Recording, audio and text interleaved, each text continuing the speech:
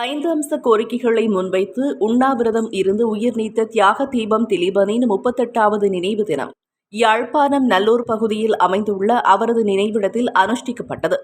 தியாக தீபம் திலீபனின் உயிர் பிரிந்த நேரமான காலை 10:48 மணிக்கு மாவீரர் ஒருவரின் தாயொருவர் பொதுச்சுடர் ஏற்றினார்.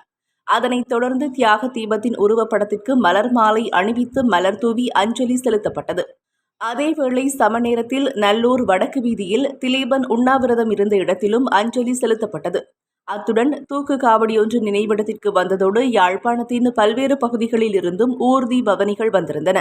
வடக்கு கிழக்கு மாகாணங்களில் புதிதாக திட்டமிடப்படும் சிங்கள குடியேற்றங்களை தடுத்து நிறுத்த வேண்டும், சிறைகளிலும் முகாம்களிலும் தடுத்து வைக்கப்பட்டுள்ள தமிழ் அரசியல் கைதிகள் விடுதலை செய்யப்பட வேண்டும், அவசர கால சட்டம் முழுமையாக நீக்கப்பட வேண்டும், ஊர்காவல் படையினருக்கு வழங்கப்பட்ட ஆயுதங்கள் முற்றாக களையப்பட வேண்டும், தமிழர் பிரதேசங்களில் புதிதாக போலீஸ் நிலையங்களை திறப்பதற்கு மேற்கொள்ளப்படும் நடவடிக்கைகள் முற்றாக நிறுத்தப்பட வேண்டும் என 5 அம்ச கோரிக்கைகளை முன்வைத்து தியாக தீபம் திலீபன் 1987 ஆண்டு செப்டம்பர் மாதம் 15ஆம் திகதி தொடக்கம் அதே ஆண்டு செப்டம்பர் மாதம் 26ஆம் திகதி வரையான 12 நாட்கள் அகிம்சை வழியில் யாழ் நல்லூரில் நீராகாரம் அருந்தாமல் உண்ணாவிரத போராட்டம் நடாத்தி சாவை தழுவிக் கொண்டார்.